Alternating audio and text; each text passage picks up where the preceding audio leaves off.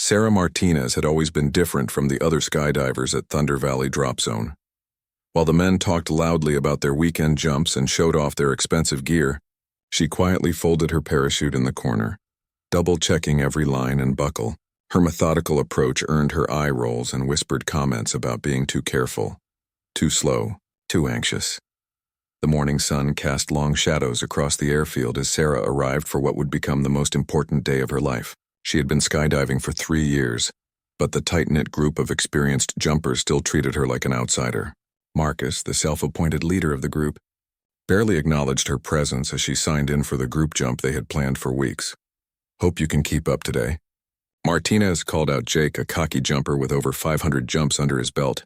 The others laughed as they gathered around their gear, their parachutes already packed and ready. Sarah noticed they had all packed quickly, spending more time joking around than carefully inspecting their equipment. Sarah spread her parachute on the packing mat with practiced precision. She examined every inch of fabric, tested each line, and methodically folded according to the strict procedures she had memorized. The other jumpers had finished packing 30 minutes ago and were now sitting in the shade, drinking energy drinks and planning their formation. "What's taking so long over there?" Marcus shouted across the packing area. "We want to get up before the wind picks up." Sarah ignored the comment and continued her inspection. She had learned early in her skydiving career that rushing through safety procedures was never worth it, no matter how much pressure others applied. As she worked, Sarah noticed something that made her pause. The reserve parachute she was inspecting had a small tear near one of the attachment points. It was barely visible, but her trained eye caught it immediately. She held it up to the light, confirming her suspicion. This parachute needed immediate attention from a certified rigger before anyone could use it. The discovery troubled her more than it should have. This was supposed to be a routine group jump, but if one reserve parachute had problems, what about the others? Sarah's methodical nature kicked into high gear as she began to think about the implications. The group had been jumping together for months using equipment from the same rental pool, packed by the same riggers. When Sarah approached Marcus with her concerns about the damaged reserve, he waved her off dismissively. "That's just normal wear and tear," he said without even looking at the parachute. "Besides, reserves almost never get used anyway.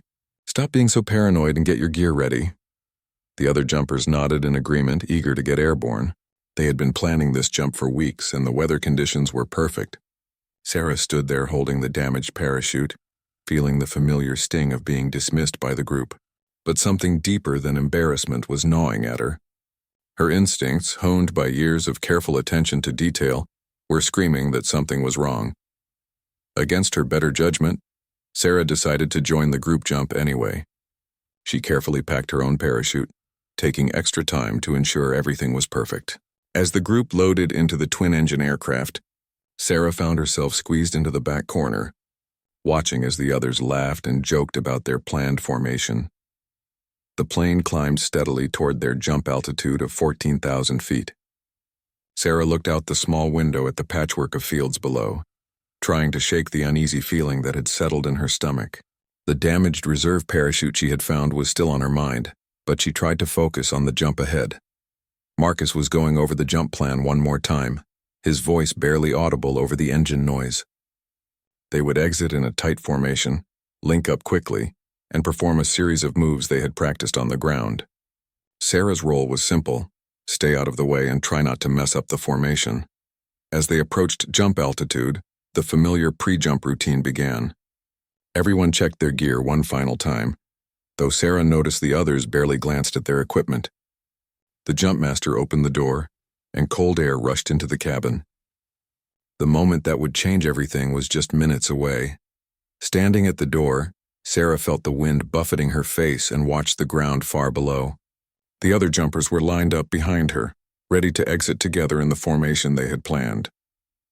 But that nagging feeling in her stomach was stronger than ever.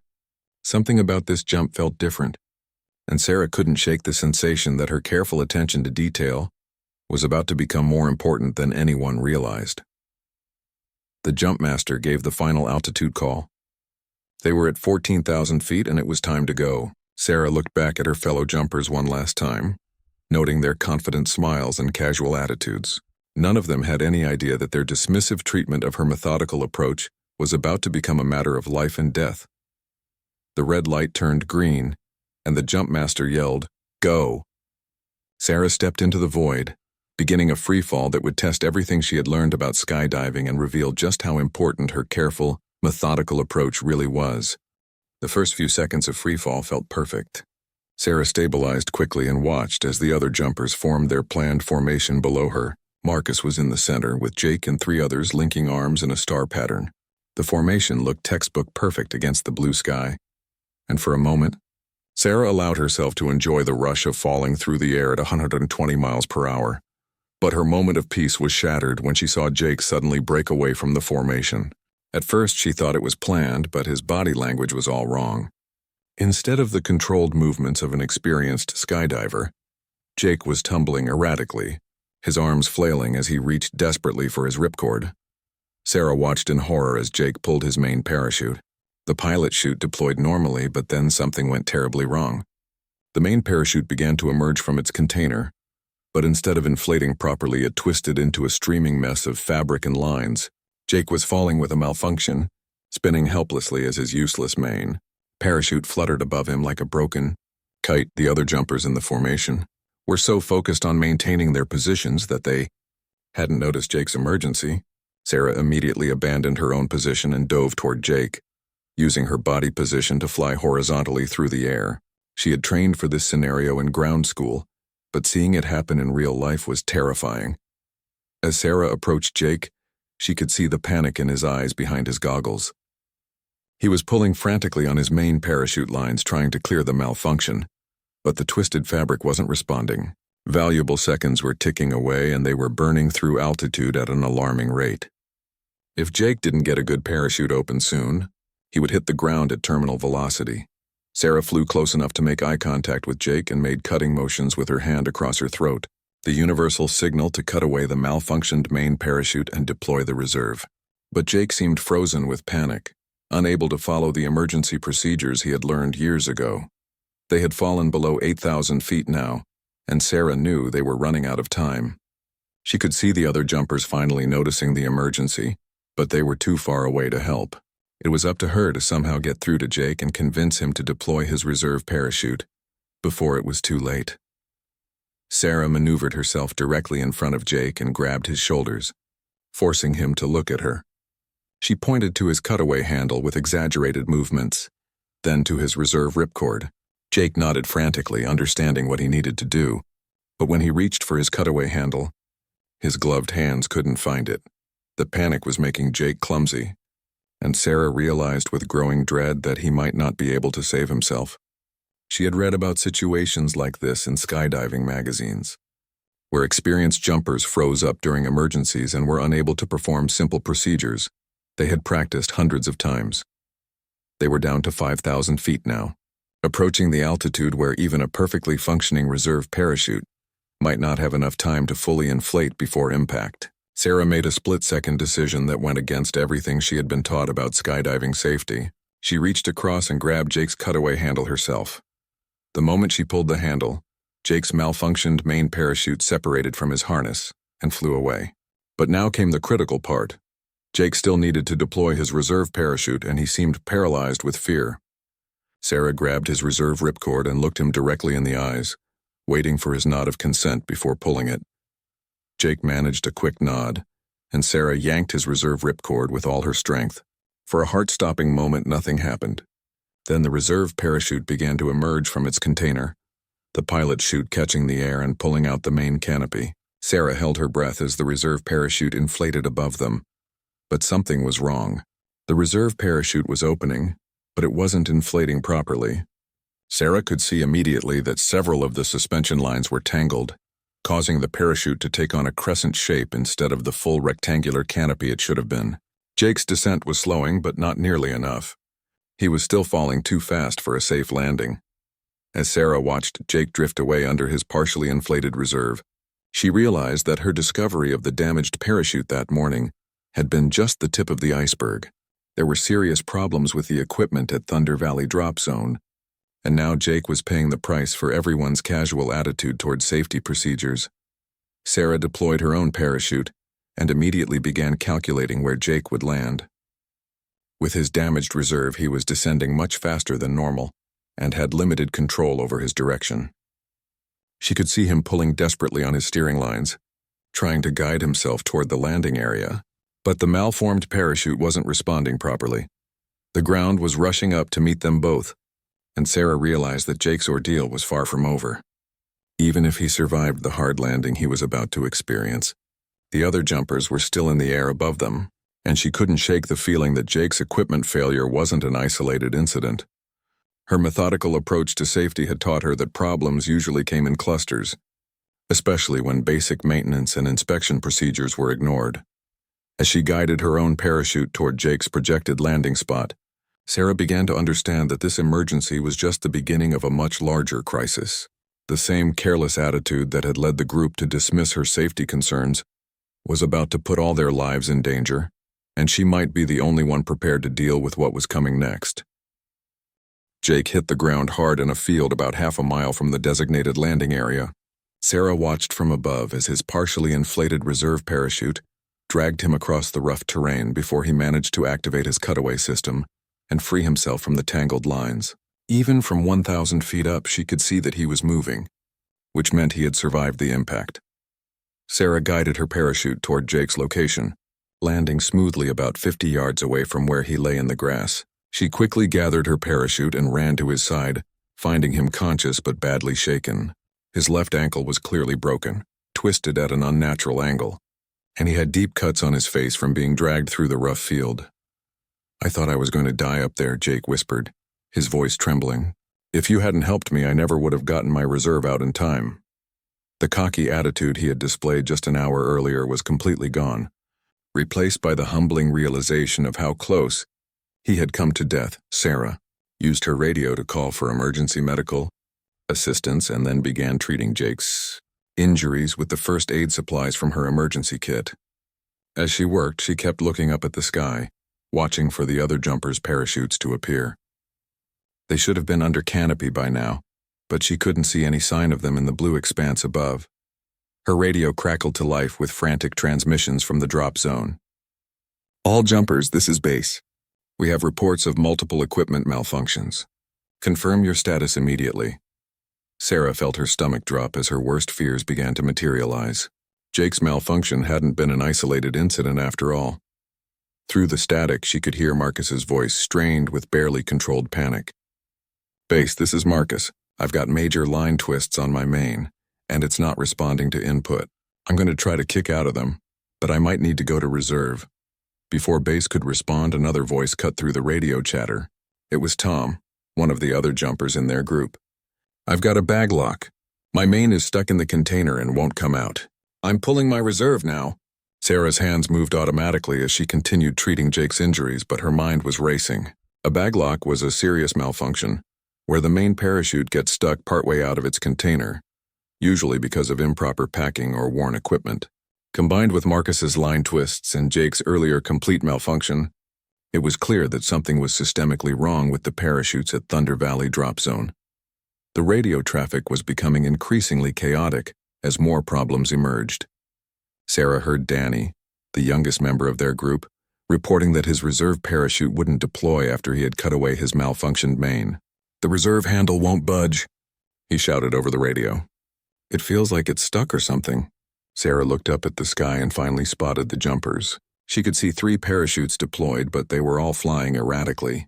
Marcus's parachute had severe line twists that were causing it to spin slowly as he descended, while Tom's reserve parachute appeared to be only partially inflated, similar to what had happened to Jake.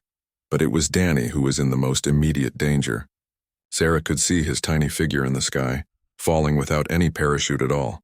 He had successfully cut away his malfunctioned main, but his reserve system had failed completely. He was in free fall at an altitude where his options were becoming increasingly limited. Sarah grabbed her radio and tried to contact Danny directly. "Danny, this is Sarah on the ground. Can you hear me? You need to try the reserve handle again. Pull it as hard as you can." But Danny's response was barely coherent, his words broken up by fear and the wind rushing past his face. Jake grabbed Sarah's arm with his good hand. You have to do something, he said urgently. Danny's just a kid. He's only got maybe 30 jumps. If his reserve doesn't open, he's not going to make it. Sarah's mind raced through the possibilities. Danny was too high for anyone on the ground to reach him, but too low for his reserve to be effective if it was truly jammed. The other jumpers were dealing with their own emergencies and couldn't help. The situation was rapidly becoming a catastrophe that would claim multiple lives. But then Sarah remembered something from her methodical study of emergency procedures. Some reserve systems had backup activation devices that could be triggered manually if the main handle failed. It was a desperate measure that required precise knowledge of the equipment, but it might be Danny's only chance. She grabbed her radio again and tried to walk Danny through the emergency procedure. Danny, listen carefully. You need to find the reserve pilot chute on the bottom of your container. It should be in a small pocket with a backup handle. Can you reach it? The silence that followed seemed to stretch forever. Finally, Danny's voice came through the radio, high-pitched with panic. I found it. There's a small handle here, but I'm afraid to pull it. What if it doesn't work? Sarah looked up at Danny's falling figure and estimated that he had less than 30 seconds before he would be too low for any parachute to save him. Danny, you have to pull it now. You don't have any other choice. As she watched from the ground, Sarah saw Danny's tiny figure suddenly jerk in the sky. A small pilot chute emerged from his container, followed by the beginning of a reserve parachute. For a terrifying moment, it looked like the reserve might not inflate properly, but then the canopy suddenly blossomed into its full rectangular shape. Danny's reserve parachute had opened, but he was still in extreme danger. The hard opening at such low altitude had likely injured him, and he was coming down fast toward an area filled with power lines and buildings. Sarah realized that even though she had helped save Danny's life in the air, the crisis was far from over. All 4 jumpers were now descending toward unsafe landing areas with damaged or barely functional parachutes, and she was the only person on the ground who understood the full scope of the emergency they were facing. Sarah watched in horror as the 3 remaining jumpers descended toward what could only be described as a disaster zone. Danny's late-opening reserve was carrying him directly toward a cluster of high-voltage power lines that ran along the edge of town. Marcus, still spinning under his twisted parachute, was drifting toward a busy highway where afternoon traffic was moving at highway speeds. Tom appeared to have some control with his partially inflated reserve, but he was heading for a residential area filled with houses and trees. The emergency vehicles that Sarah had called for Jake were still several minutes away, but she knew that waiting for official help wasn't an option. She was the only person in position to coordinate rescue efforts for the other jumpers, and her knowledge of emergency procedures was about to be tested like never before. Sarah grabbed her radio and contacted the drop zone base station. Base, this is Sarah on the ground with the injured jumper. I need you to immediately contact the power company and have them shut off electricity to the lines on the east side of town. We have a jumper heading directly for them. While waiting for confirmation, Sarah turned her attention to Marcus's situation. His spinning descent was slowing him down, which was good, but it was also making his flight path unpredictable. She needed to guide him away from the highway and toward the open field where she was located with Jake. Marcus, can you hear me? This is Sarah. You need to look down and identify the highway below you. You're drifting toward it, and you need to steer away immediately. Sarah's voice was calm and authoritative, drawing on the leadership skills she had developed through years of careful study and preparation. Marcus's reply was strained, his words coming in short bursts as the spinning motion made him dizzy and nauseous. I can see the highway, but the spinning is making it hard to control the parachute. Every time I pull on the steering lines, it just spins faster. Sarah's methodical mind kicked into high gear as she recalled the procedures for dealing with line twists. Marcus, stop pulling on both steering lines. You need to kick your legs and pump your knees to unwind the twists. Once you get some of them out, you'll have better control. As Marcus worked to clear his line twists, Sarah split her attention between him and Danny, who was now less than 500 feet above the power lines. She could see utility trucks racing toward the area, but she wasn't sure if they would be able to shut off the power in time. Danny, you're approaching power lines. You need to prepare for a PLF in case you hit them, Sarah radioed, referring to the parachute landing fall technique designed to minimize injury during hard landings. But first, try to steer away from them. Pull your right steering line to turn right toward the open field. Danny's voice was weak and shaky over the radio.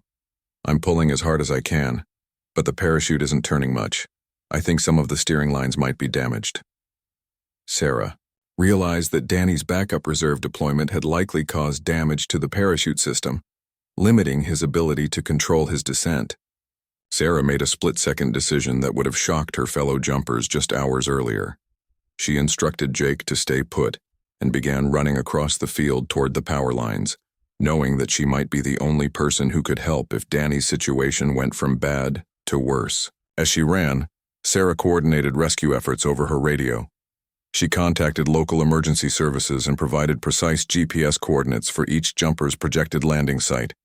Her methodical approach to planning, which the other jumpers had mocked, was now proving invaluable as she juggled multiple emergencies simultaneously. The first piece of good news came when the power company confirmed that electricity to the eastern grid had been shut off. Danny would still face a dangerous landing among the metal structures, but at least he wouldn't be electrocuted if he made contact with the lines. Marcus managed to clear enough of his line twist to regain some control of his parachute. Following Sarah's radioed instructions, he was able to steer away from the highway and toward a large parking lot behind a shopping center. It wasn't ideal, but it was much safer than landing in traffic. Tom, meanwhile, had been quietly working his way toward the residential area. His partially inflated reserve was giving him limited control, but he was an experienced pilot and was making the best of a bad situation. Sarah had been monitoring his progress while dealing with the other emergencies, and she could see that he was lined up for a landing in a local park, but Danny's situation remained critical. Even without electricity in the power lines, he was descending toward a maze of metal towers and cables that could easily tangle his parachute or cause serious injury on impact. Sarah reached the base of the power line structure just as Danny passed overhead, less than 100 feet above the ground. "Danny, you're almost down. Remember your PLF training and try to land feet first," Sarah shouted, though she wasn't sure if he could hear her over the wind and his own fear. She watched as Danny's feet clipped the top cable of the power line structure, spinning him around and causing his parachute to collapse partially. Danny hit the ground hard among the power line supports, his partially collapsed parachute draping over the metal structures like a giant spider web. Sarah could see him moving, which meant he was alive, but he was tangled in both parachute lines and power cables, making any rescue attempt extremely dangerous. Sarah's radio crackled with reports from the other landing sites. Marcus had touched down safely in the parking lot with only minor injuries, while Tom had successfully landed in the park and was walking away from his parachute. But Danny's situation required immediate action, and Sarah was the only person on scene with the knowledge and equipment to help him. As she approached the tangle of parachute and power lines, Sarah realized that her careful attention to safety procedures was about to be tested in the most challenging way possible. Everything she had learned about emergency response, equipment, failures, and rescue techniques was about to be put to use in a situation that could easily claim Danny's life if she made even the smallest mistake. Danny was suspended about 12 feet off the ground, tangled in a web of parachute lines and power cables. His legs were caught in the suspension lines of his reserve parachute, while his torso was pressed against one of the metal support beams. The parachute canopy had wrapped around multiple cables above him, creating a complex puzzle that needed to be solved quickly and carefully. Sarah assessed the situation with the same methodical approach she used for everything else. Even though the power had been shut off, she knew that utility companies sometimes had backup systems that could automatically restore power without warning. She also recognized that Danny might have internal injuries from his hard landing, making any movement potentially dangerous. "Danny, can you hear me? How badly are you hurt?" Sarah called up to him. Danny's response was weak but coherent, which was encouraging. He reported pain in his ribs and left shoulder, but he could move all his extremities. Most importantly, he wasn't bleeding heavily, which meant they had time to plan a careful rescue. The first emergency responders arrived just as Sarah was examining the power line structure. She quickly briefed the fire department captain on the situation, explaining that Danny was tangled in both parachute lines and power cables, and that several other jumpers had experienced equipment failures during the same jump. The fire captain was initially skeptical of taking rescue advice from a skydiver, but Sarah's calm confidence and detailed knowledge of the situation quickly won him over. She explained exactly how parachute suspension lines were constructed, which ones could be cut safely, and how to avoid making Danny's situation worse by pulling on the wrong components. While the fire department set up their ladder truck, Sarah coordinated with the power company to ensure that the electricity would remain off during the rescue operation. She also contacted the drop zone base station to report on the status of all 4 jumpers and to recommend that all jumping operations be suspended until a thorough investigation could be conducted. The rescue operation required precise coordination between multiple agencies. Sarah worked directly with the fire department's technical rescue team, guiding them through the process of safely cutting parachute lines without destabilizing Danny's position. Her knowledge of how suspension lines distributed weight across the parachute system was crucial in determining which lines could be cut without causing Danny to fall. As the firefighters worked to free Danny from the tangle of lines and cables, Sarah received radio reports from the other landing sites. Marcus had been transported to the hospital with a concussion and several broken ribs, while Tom had walked away with only minor scrapes and bruises. Jake was still waiting for the ambulance in the field where Sarah had left him. His broken ankle immobilized, but his condition stable. The complexity of Danny's rescue became apparent as the firefighters began cutting through the parachute lines. Each line they cut changed the tension in the remaining lines, requiring constant reevaluation of which lines to cut next.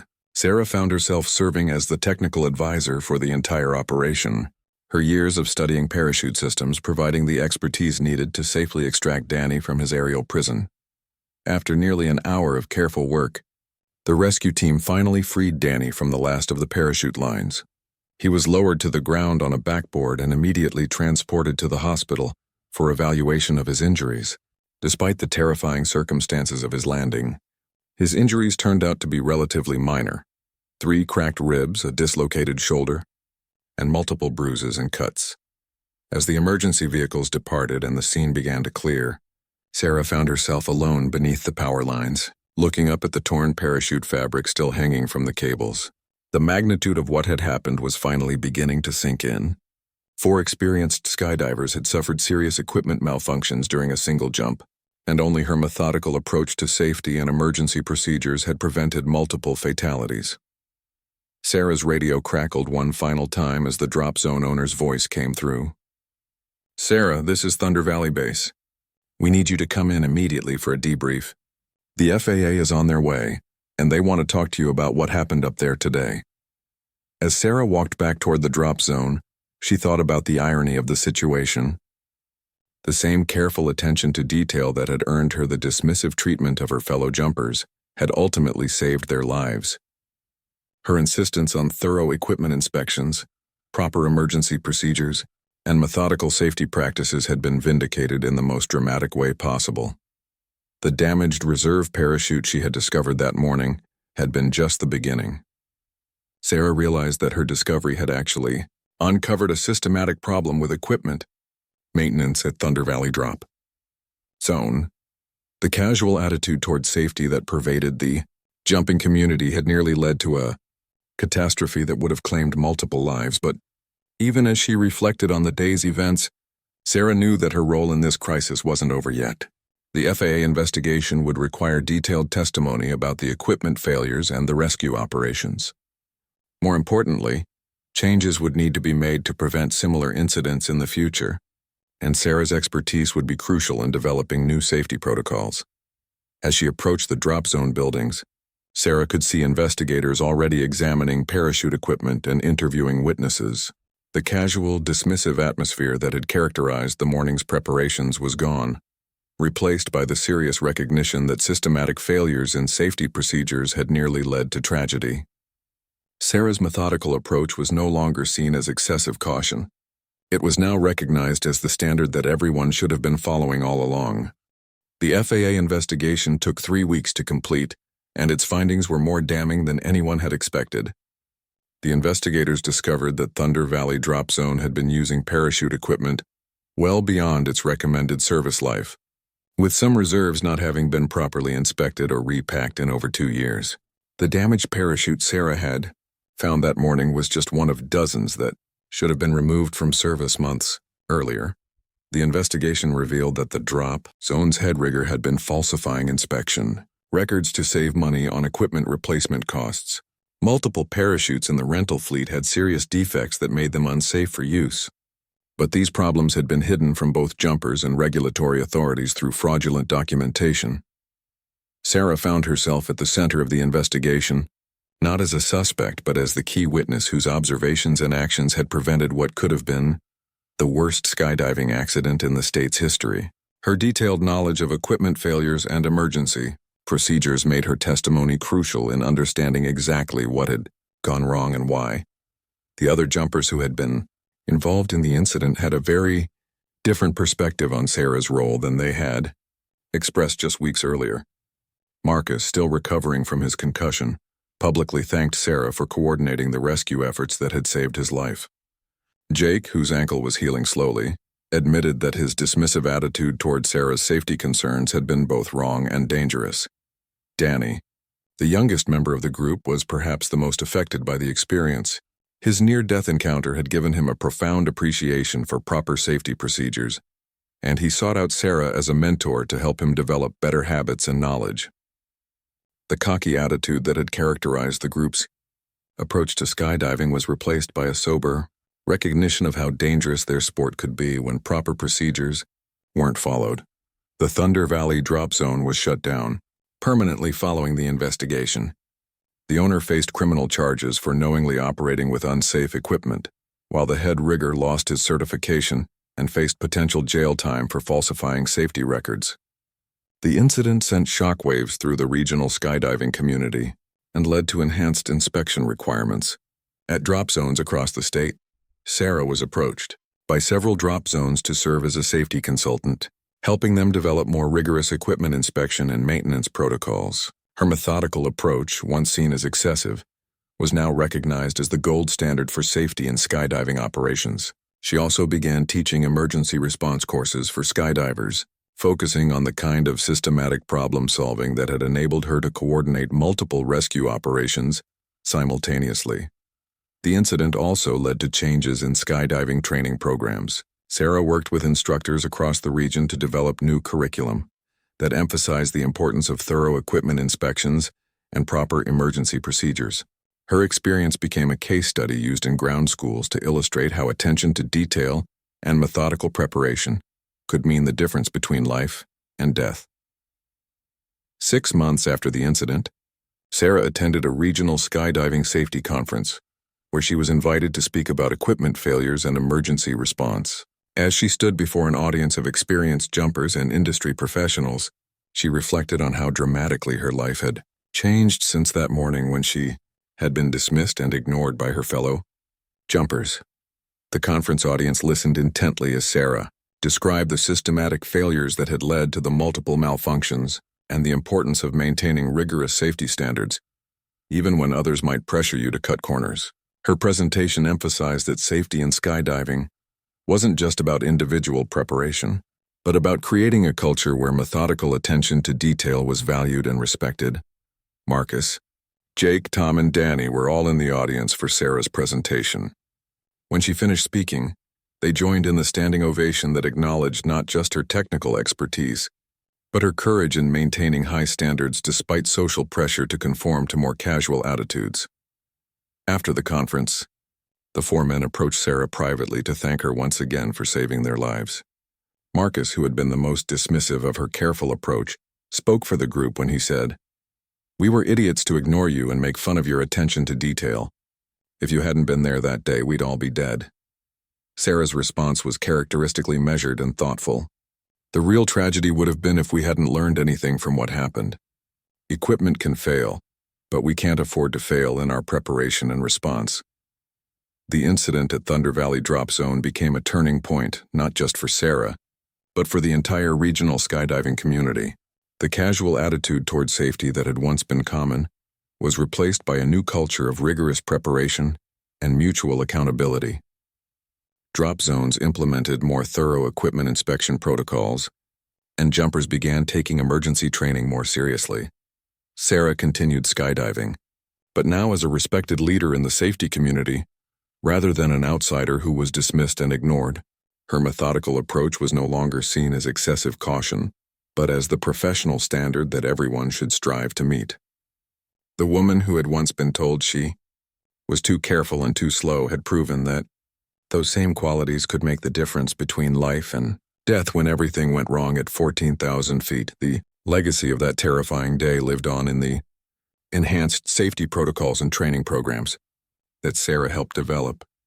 But perhaps more importantly, it served as a reminder that the person others choose to ignore or dismiss might be the same person who saves their life when everything goes wrong. 2 years later, Sarah opened her own skydiving safety consulting business, working with drop zones across the country to implement comprehensive equipment inspection and emergency response programs. Her client list included some of the largest skydiving operations in the nation, all seeking the methodical approach that had once been seen as excessive, but was now recognized as essential. The 4 men whose lives she had saved remained close friends with Sarah, and they often spoke at her safety seminars about the importance of listening to colleagues who prioritize safety over convenience. Their testimonials carried special weight because they admitted their own mistakes and the consequences those mistakes had nearly caused. Jake, whose broken ankle had healed completely, became one of Sarah's most dedicated students in emergency response training. He often told audiences, "I was the guy who made fun of Sarah for being too careful. That same attention to detail I mocked is the reason I'm standing here today instead of lying in a cemetery."